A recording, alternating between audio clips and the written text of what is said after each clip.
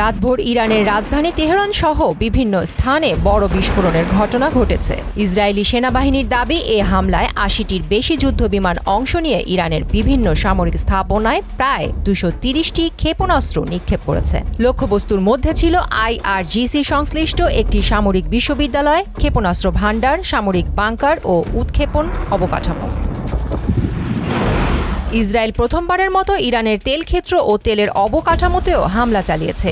এতে শুধু সামরিক নয়, গুরুত্বপূর্ণ অর্থনৈতিক স্থাপনাও এখন লক্ষ্যবস্তুতে পরিণত হয়েছে। কাতার ভিত্তিক সংবাদ মাধ্যম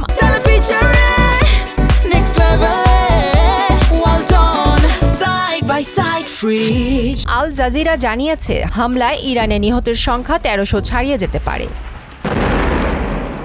অন্যদিকে মার্কিন প্রেসিডেন্ট ডোনাল্ড ট্রাম্প দাবি করেছে, সাম্প্রতিক দিনগুলোতে মার্কিন বাহিনী ৪২টি ইরানি নৌযান ধ্বংস করেছে এবং ইরানের বিমান বাহিনী ও টেলিযোগাযোগ ব্যবস্থার বড় অংশ অকার্যকর করা হয়েছে।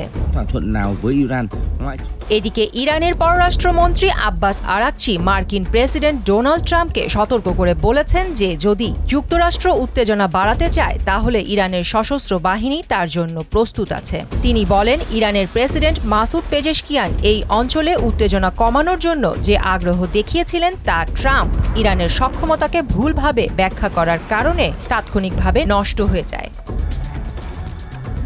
বিশ্লেষকদের মতে, সাম্প্রতিক এই হামলা ও পাল্টা হুমকির ঘটনায় মধ্যপ্রাচ্যে উত্তেজনা নতুন মাত্রা পেয়েছে। সামরিক স্থাপনার পাশাপাশি তেল অবকাঠামোকে লক্ষ্যবস্তু করা হলে তা আঞ্চলিক অর্থনীতি ও বৈশ্বিক জ্বালানি বাজারেও বড় ধরনের প্রভাব ফেলতে পারে।